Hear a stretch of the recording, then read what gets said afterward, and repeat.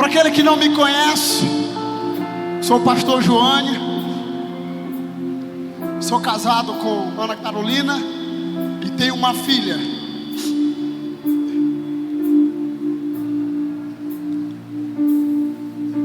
Sou um dos discípulos do pastor Ricardo.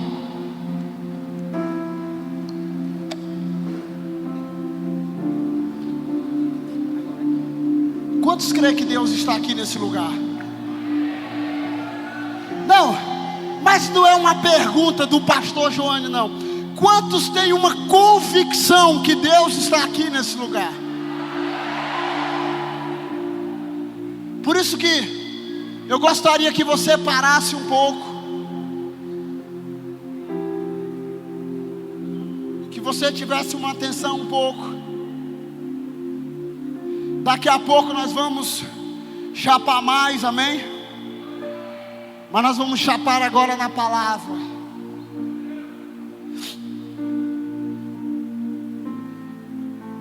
Quando eu estava orando, quando o pastor Ricardo disse que eu iria ministrar na sexta pela manhã, eu já, há mais ou menos, ele me disse tem uns 15 dias, sei lá, e eu já estava com essa mensagem no meu coração, porque eu estava lendo, e esses últimos 6 meses eu tenho pregado só sobre as cartas,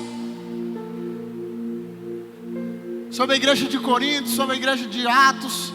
Eu tenho falado sobre isso, e deu certinho. Quando ele me falou, e quando ele falou o tema, eu falei, uau, eu estou ligado. Eu queria falar para vocês hoje sobre Tessalonicenses 1 e 2. Eu vou me ater mais no 1. Uma epístola que Paulo escreveu para a igreja de Tessalônica. E o tema principal dessa carta, olhe para mim aqui, ainda não vou pedir para você abrir. Olha aqui para mim. O tema dessa carta principal é a volta de Cristo. Quem já leu aí? Eu queria que você fizesse um pacto comigo. Depois que você saísse daqui, você vai almoçar, não sei, se Jesus não voltar até meio-dia, você vai almoçar, depois chega em casa, lê a carta toda. Amém? Amém? Você vai fazer esse pacto comigo? Porque é tanta coisa que vem no nosso coração, que a gente não tem como passar tudo. Mas o Espírito Santo, aquele que Jesus diz lá em João 8, que vai nos ensinar em toda a verdade, vai te ensinar lá no teu quarto, amém? E essa carta de Tessalonicenses significa assim: Jesus, aquele que há de voltar. Jesus, aquele que há de vir. Ela representa isso, Tessalonicenses. Paulo abre uma igreja, e essa igreja começa a crescer, sim ou não? Depois você vai ler lá. Essa igreja começa a crescer, essa igreja começa a se estabelecer. Em menos de um mês, a igreja estava empolgada, estava crescendo. É até complicado hoje, né? Achar uma igreja que menos de um mês cresce. Só de Atos, que um dia explodiu, sim ou não? Mas essa igreja estava crescendo. Os gentios estavam se convertendo, os judeus estavam se convertendo, as mulheres estavam se convertendo, e Paulo estava muito alegre com essa carta. Paulo estava muito alegre com essa igreja, e ele começava a animar, e ele começa a carta com saudações. Era um momento que a igreja estava passando por crise. Por que eu estou falando isso? Que eu quero trazer para a igreja de hoje, que somos nós, sim? E essa igreja está crescendo. A mensagem principal de Paulo é a volta de Jesus. Ele fala mais de 20 vezes a respeito da volta de Cristo nessa carta, em 1 Tessalonicenses.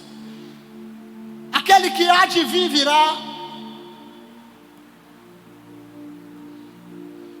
E para guardardes do céu seu Filho, 1 Tessalonicenses 1,10, na vinda de nosso Senhor Jesus com todos os santos, 3,13, arrebatados juntamente com Ele, entre nuvens para o encontro do Senhor, 4,17. Essa igreja, ela estava pegando fogo. Essa igreja estava contagiante, e ela estava empolgando o coração do apóstolo. O apóstolo viajou para outro lugar e deixou essa carta caminhar sozinha. E ela começa a uma grande expectativa, e Deus começa a fazer algo. Mas só que acontece uma coisa: Paulo envia Timóteo, meu filho, meu discípulo fiel, vai lá na igreja de Tessalônica e vê como é que está lá. Timóteo chega todo empolgado, e ele continua empolgado, porque a igreja continua a crescer. E ele fala: é isso aí, é isso daí mesmo. Essa igreja estava crescendo, essa igreja estava alegre.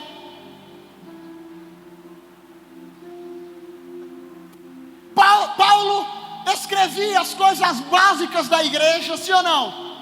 Ele escrevia sobre uma vida de entrega, 1 Tessalonicenses 4,1. Quanto ao mais, irmãos, já os instruímos acerca de como viver a fim de agradar a Deus, e de fato, assim vocês estão procedendo. Agora pedimos e exortamos a vocês, no Senhor Jesus, que cresça nisso cada vez mais. Paulo fala do amor fraternal, o amor de igreja, o amor do irmão. 4 do 9 a 10 diz assim: quanto ao amor fraternal, não precisamos escrever, pois vocês mesmos já foram ensinados por Deus a se amarem uns aos outros. E de fato, vocês amam todos os irmãos em toda a Macedônia. Contudo, irmãos, insistimos com vocês que cada vez mais assim proceda.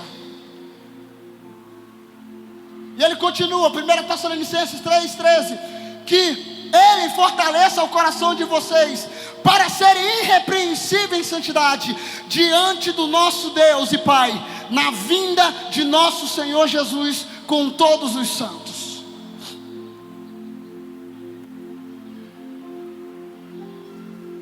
Durante mais ou menos 11 anos da Aliança Jovem já foi falado sobre tudo isso, sim ou não?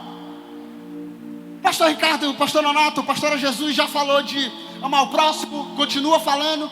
Já falou do amor fraternal, já falou da comunhão, já falou da maledicência, já falou de tudo isso. E Paulo estava escrevendo a carta para essa igreja que estava empolgada, estava dizendo: ó, continua a amar, isso que vocês estão fazendo é certo. Olha, continue a fortalecer uns aos outros, isso é certo. Mas ele começou a trazer a igreja para o centro, para o acontecimento principal da história da igreja, é que Cristo voltará, e nós estamos trabalhando enquanto esperamos Ele voltar. E Paulo está empolgado e diz: olha, vai lá, Timóteo, vai ver como é que está a igreja. Timóteo chega, vê a igreja está alegre, a igreja está crescendo. Só que tem 2 grupos de pessoas na igreja. Diga, 2 grupos. Diga para o irmão que está ao teu lado: 2 grupos.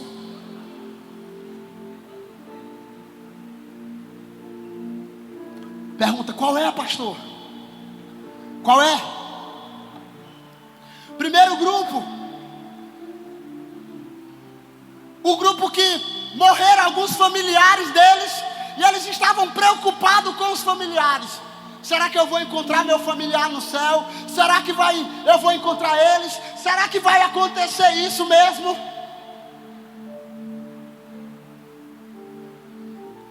E Paulo escreve, Timóteo manda um recado para ele. Paulo escreve assim de novo: esforce-se para ter uma vida tranquila, cuidar dos seus próprios negócios e trabalhar com as próprias mãos, como nós o instruímos a fim de que andem decentemente aos olhos dos que são fora e não dependa de ninguém. Irmãos, não queremos que vocês estejam ignorantes quanto aos que dormem, para que não se entristeça como os outros que não têm esperança. Se cremos que Jesus morreu e ressurgiu, cremos que Deus trará mediante Jesus e com Ele aqueles que nele dormiram. Dizemos a vocês, pela palavra do Senhor, que nós, os que estivermos vivos, ou que ficarmos até a vinda do Senhor, certamente não precederemos os que dormem. Pois dado a ordem, com a voz do arcanjo e o ressoar da trombeta de Deus, o próprio Senhor descerá dos céus, e os mortos em Cristo ressuscitarão primeiro. Depois nós, os que estivermos vivos, seremos arrebatados com Ele na nuvem, para o encontro com o Senhor nos ares. E assim estaremos com o Senhor para sempre. Console uns aos outros com essas palavras. A galera está perturbada, em crise, porque dizendo assim: meu Deus, será que eu vou me encontrar com minha mãe que morreu? Será que eu vou me encontrar com o pastor que morreu? Será que eu vou me encontrar? E Paulo libera a carta e diz: se preocupe com isso não, que quando ele vai voltar, porque ele disse que vai voltar, e quando ele voltar, nós vamos nos encontrar com aqueles que dormem, e nós viveremos uma eternidade com Cristo. Só que ainda existia outra geração. Qual é a geração? A geração que estava tão empolgada com a volta de Jesus, que eles começaram a viver uma vida ociosa. Jesus vai voltar, né, pastor Ricardo? Não precisa acordar amanhã de manhã não, porque ele vai voltar. Se estão falando daquele que vem, eu não vou mais para a faculdade não, porque agora a faculdade, Jesus vai voltar mesmo, vai acabar tudo. E Paulo, ele foi tão enfático, tão profundo, que ele disse assim: quem não trabalhar, não coma. Vocês que estão ociosos, trabalhe pelo seu recurso. Você que estão aí com a vida pensando que Jesus vai voltar hoje e não estão fazendo nada, prepare-se, trabalhe, vão capinar um quintal.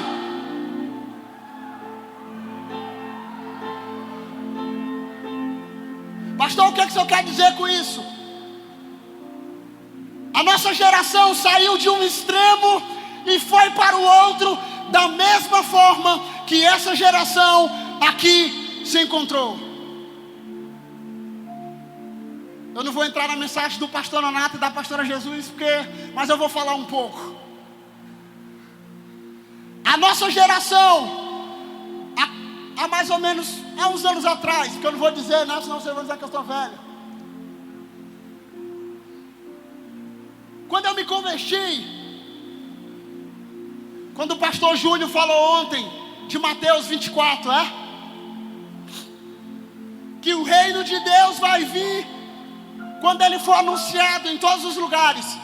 Quando eu me converti, eu estava empolgado, e eu queria falar de Jesus para todo mundo. Continuo com essa mesma empolgação. Queria compartilhar, sabe? E existiu uma frase que o Paulinho lembra. Cadê o Paulinho? Que o nosso amigo tinha no carro, que era assim: em caso de arrebatamento, esse carro ficará desgovernado.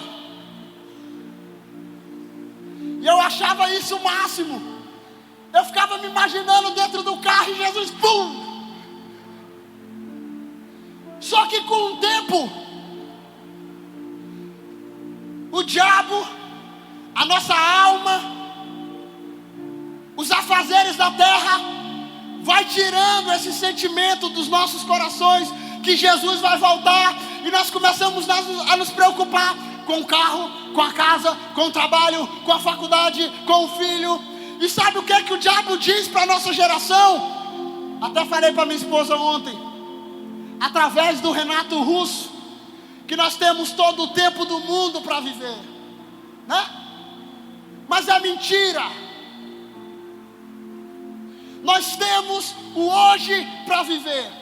E uma das coisas que marcavam a minha vida era saber que ele ia voltar. E eu ficava preparado, porque talvez ele viria à noite, e talvez eu não ia abrir os olhos mais, né? Porque é como um piscar de olhos. E meu coração se animava e se alegrava com isso. Em caso de arrebatamento, esse carro ficará desgovernado. Em caso de arrebatamento, vão procurar o Joane, ele não está mais no quarto porque ele subiu. Só que o diabo, ele começa a colocar esse sentimento do nosso coração, dizendo: ainda dá tempo. Nós saímos do extremo da igreja de Tessalonicenses, de ficar ociosos, e começamos a entrar em outro ritmo, de trabalhar, de conquistar, de ser famoso, de ser rico, de ter aquilo, de conquistar aquilo, de possuir aquilo, de namorar. Algumas pessoas não gostam de falar da vinda de Jesus, sabe por quê? Diz para o teu irmão que está do teu lado: sabe por que algumas pessoas não gostam de falar da vinda de Jesus? É porque ele vai destruir os nossos sonhos. Quando ele vier, talvez você não vai casar, querido. Eu já casei. É fácil, né, pastor? O senhor já casou. Talvez se ele voltar amanhã, tu não vai cursar tua faculdade. Só que nós temos que compreender uma coisa: se ele voltar amanhã ou daqui a pouco, eu estarei com ele na eternidade, cantando uma linda canção.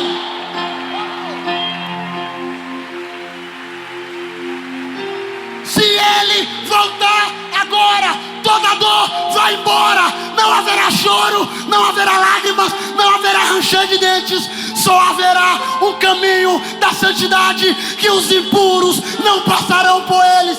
Não haverá animais ferozes. E nós cantaremos uma canção de amor a ele por toda a eternidade. Mateus 24, 42 a 44 diz assim: portanto, vigiem, porque vocês não sabem em que dia virá o seu Senhor. Mas entenda isso: se o dono da casa soubesse a que horas da noite o ladrão viria, ele ficaria de guarda e não deixaria que a sua casa fosse arrombada. Assim, vocês não sabem, vocês também precisam estar preparados, porque o Filho do Homem virá numa hora que vocês menos estiverem preparados. Essa palavra vigiar no original significa ficar atento. E quando me faz lembrar de ficar atento, eu lembrei do Karate Kid. Mas eu não lembrei ali, Valber, de 20 anos atrás não, do Daniel San. Eu lembrei do filho Will Smith, porque o Daniel San era assim, né? Sim ou não? Ou eu estou velho e vocês não lembram?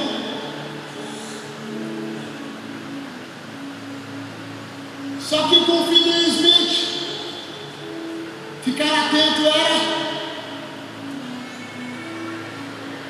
Quem lembra?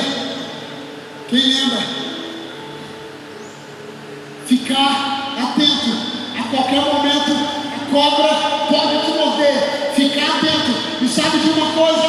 Você e eu precisamos ficar atento, porque a Bíblia diz em Mateus 24 que ele virá como um ladrão. Mas se o dono da casa se preparar, se o dono da casa se preparar, o ladrão não vai roubar a sua casa, porque ele vai estar preparado. Assim sou eu e você, geração. Se estivermos preparados, para o mundo será uma surpresa.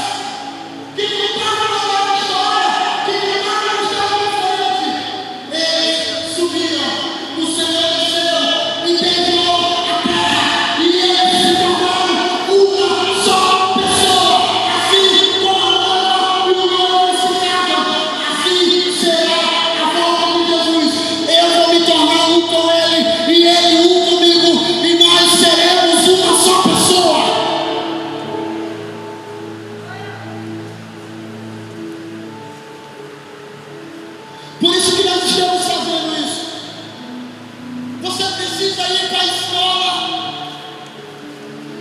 Eu vou queimar aqui na escola. Talvez ele volte na hora do recreio. Talvez a sirene que toca não é a sirene, aquela sirene enjoada. É o trovão da voz do Cordeiro dizendo: eu vim te buscar, minha igreja, minha linda, minha noiva. Talvez não seja a sirene da escola. Não, meu Deus, do recreio. Por isso que nós temos que ficar atentos. Estou 4 meses da escola. Opa, ele ainda não. Mas pastor, quer dizer que eu vou ficar com a igreja de Tessalonicenses? Não, eu vou acordar de manhã. Se ele não voltou, eu vou escovar os dentes, eu vou fazer meu devocional, eu vou trabalhar, eu vou orar. Talvez na hora do almoço ele volte, mas eu não serei pego de surpresa. Eu estarei preparado para se encontrar com o Cordeiro. Eu estarei preparado para abraçar o Cordeiro e dançar uma linda canção. Quando eu estava olhando pela conferência, Deus me levou a Cânticos, e Ele disse que nós estaríamos num salão de festa. Quem crê que aqui é um salão de festa? E Ele disse que iria estender a bandeira dele sobre nós, e será o amor. Por isso que você precisa ficar atento. Atos 1, 6, 7. Então os que estavam reunidos lhe perguntaram: Senhor, é neste tempo que vais restaurar o reino de Israel? Ele respondeu: não compete a vocês saber os tempos ou as datas que o Pai estabeleceu pela sua própria autoridade. Beleza, Jesus, eu não sei o tempo, eu não sei a hora, eu não me compete a saber. O Senhor já me repreendeu que não me compete a saber, mas eu vou trabalhar para ti como se fosse o último dia. Eu vou te servir como se fosse o último dia. Eu vou queimar como se fosse o último dia.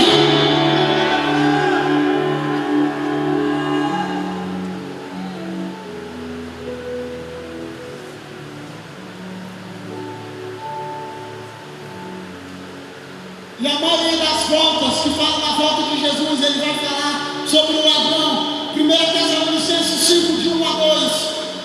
Irmãos, quanto aos tempos e épocas, não precisamos escrever, pois vocês mesmos sabem perfeitamente que o dia do Senhor virá como ladrão.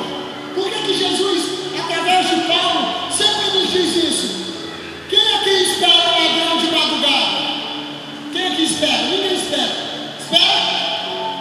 Alguém espera o ladrão na porta de casa todos os dias?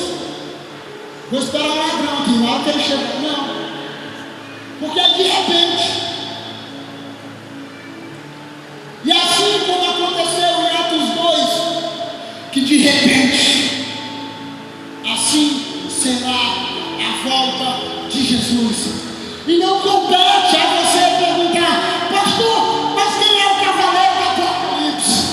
Pastor, quem é as testemunhas? Pastor, não me interessa quem é a testemunha.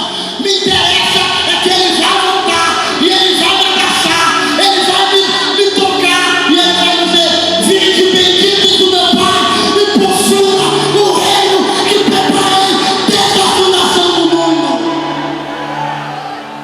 Vinde benditos do meu Pai, e possua o reino.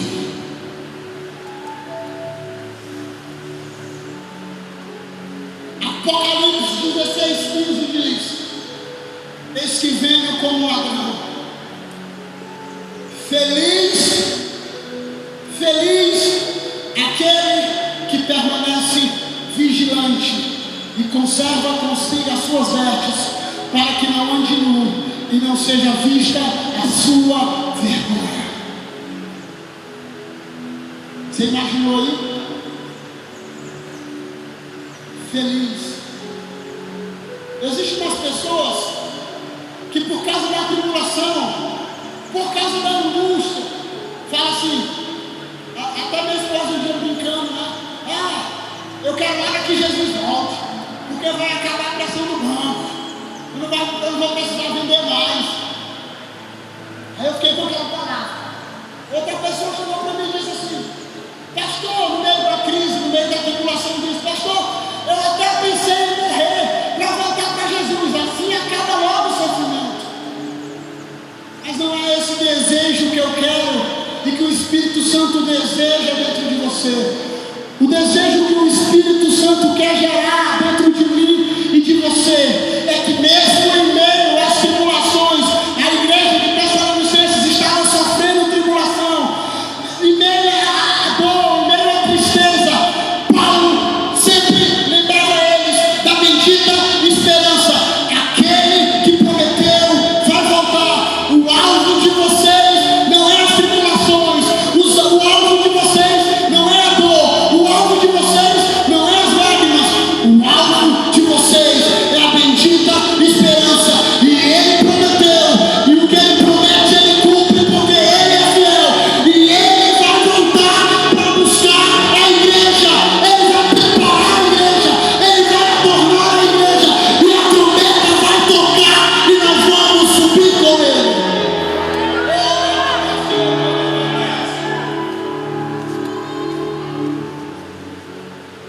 O Júlio falou ontem sobre John Wesley, o tição tirado do fogo. Quase todas as mensagens nós falamos dos avivalistas. E um dia eu estava orando na casa do pastor Ricardo, e Deus falou para mim assim, eu tenho certeza que foi o que Deus falou: existe um herói vivo na nossa nação, na nossa geração. O que, pastor? Existe um mártir vivo na nossa geração. Pergunta para o irmão que está falando: o que é, pastor? Eu acho que não sei se a pastora foi. O pastor Neto conhece ele, irmão Yu, em Goiânia. Esse irmão Yu é um missionário. Eu vou contar só 3 histórias. Ele está vivo. Procura depois aí, irmão, O Homem do Céu, o livro. Depois. Vou contar 3 historinhas básicas dele, só 3, para você me dizer se ele não é um herói. O pastor Neto disse que foi todo empolgado para ver o irmão. O pastor Ricardo disse que o pastor Neto falou: pastor, e aí como foi? Eu fui todo empolgado para ver ele. Quando eu cheguei lá, o tradutor era maior que ele. Ele era desse tamanho, simples. O filho dele tinha mais autoridade falando do que ele. Eu falei: vixe. O irmão, o Homem do Céu, o irmão Yu, casou. Agora nós vamos para a lua de mel, sim ou não? Sim ou não? Não. Quando ele terminou de casar, a polícia estava na porta da delegacia para levar ele para o presídio. Vou deixar uma palavra para vocês, mulheres, honrar vocês aqui. Esses homens eram heróis, mas as mulheres eram heroínas.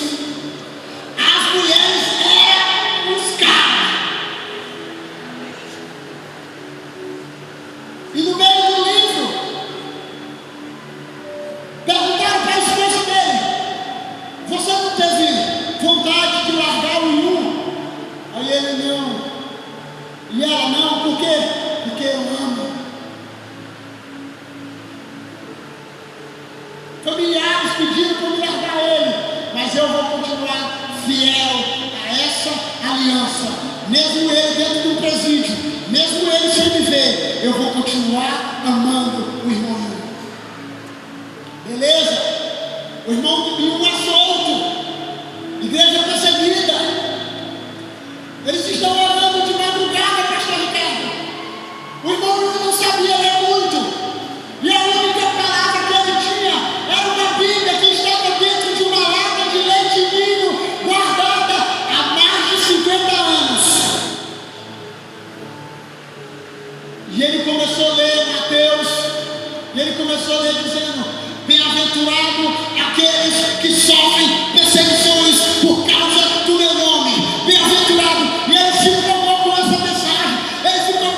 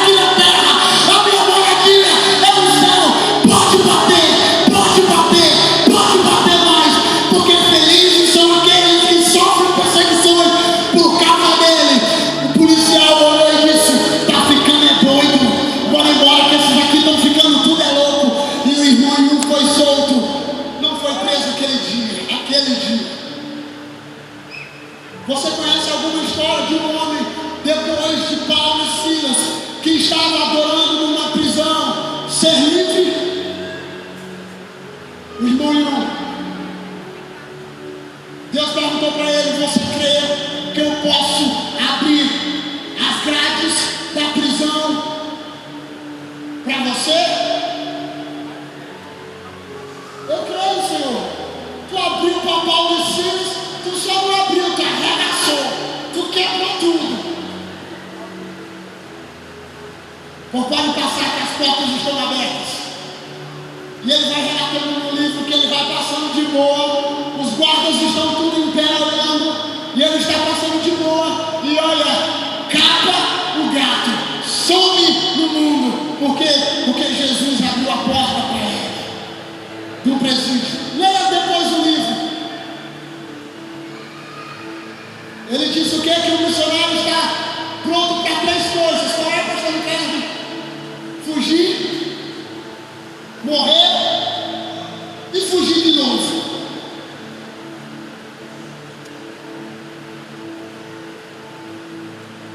Um dia eles estavam batizando em um rio congelado, mais ou menos umas 4 horas da manhã. Eles estão mergulhando, os discípulos. Jesus desce e começa a esquentar a água para eles. Eles começam a adorar aquele que é digno em meio às geleiras da madrugada. E sabe o que acontece? Nós precisamos compreender, pastor Alf diz isso, que nós precisamos estar com os pés na terra e conectados com o quê? Conectados com o quê? Conectados com o quê? Porque a nossa cidadania não é essa terra, a nossa cidadania é o céu, e por isso nós precisamos estar preparados para se encontrar com Ele, porque nós somos apenas embaixadores dele aqui na terra, porque um dia nós vamos morar na nossa cidadania, e a nossa cidadania será o céu, junto com o Cordeiro de Deus.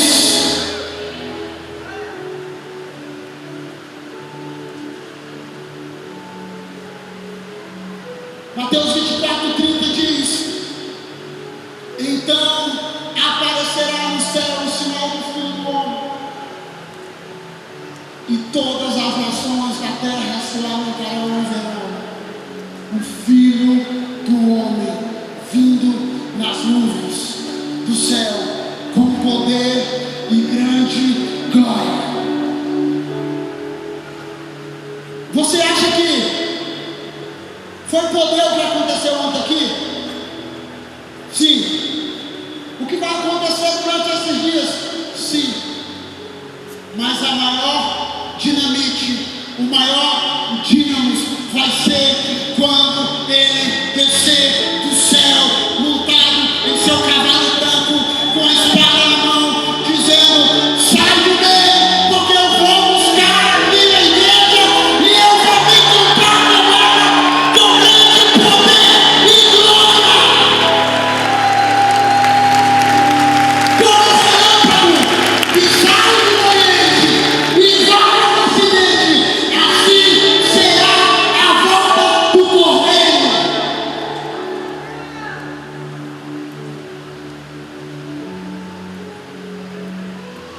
E nesses dias, oh glória a Deus, nós somos pentecostais, amém?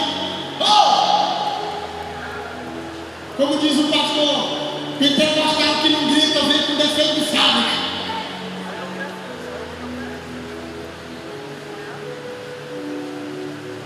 E nosso desejo, como eu falei para vocês, quantos creem que aqui é um solo profético? E o nosso maior desejo aqui não é que você saia daqui porque é bonito demais. Ó, imagina aí, Jesus abriu um telão 1 bilhão de vezes maior do que esse. Vai ser assim quando ele voltar, abrindo os céus ao meio e dizendo: eu estou voltando. Prepare, igreja, nós cantamos isso, né? Prepare, igreja, nós vamos voltar.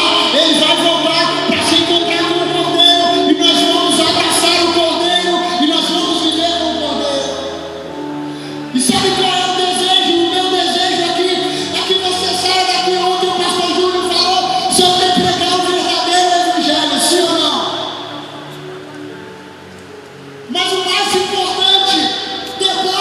de pregar, ele falou também, é viver o Evangelho em plena convicção do que você está vivendo é passageiro e que você vai se encontrar com o Cordeiro de Deus e você vai morar com Ele e Ele vai morar com você e você vai viver por toda a eternidade.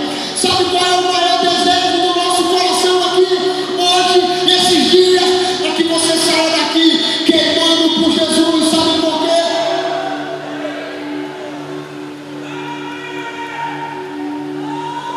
Jesus, eu estou pronto. Eu sei que existem algumas coisas para resolver ainda, Jesus, mas eu estou pronto. Eu estou te desejando. Eu quero que o Senhor volte e quando o Senhor voltar, eu vou estar preparado como um soldado do exército, preparado para se encontrar com a grande batalha, e eu vou estar em posição, dizendo, eis-me aqui, Jesus, eis-me aqui, eu estou preparado, eu já me alistei a esse exército e nós vamos vencer essa batalha.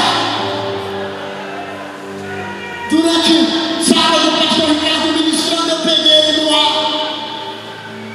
Eu falei, opa, vou botar na minha mensagem. Não é uma palavra de efeito, mas o mesmo, imagine só, o mesmo amor, o mesmo amor, o mesmo amor de Deus pela sua noiva, fez o quê? Fez o quê? Enviou quem? Enviou Jesus para o mundo, sim ou não? O amor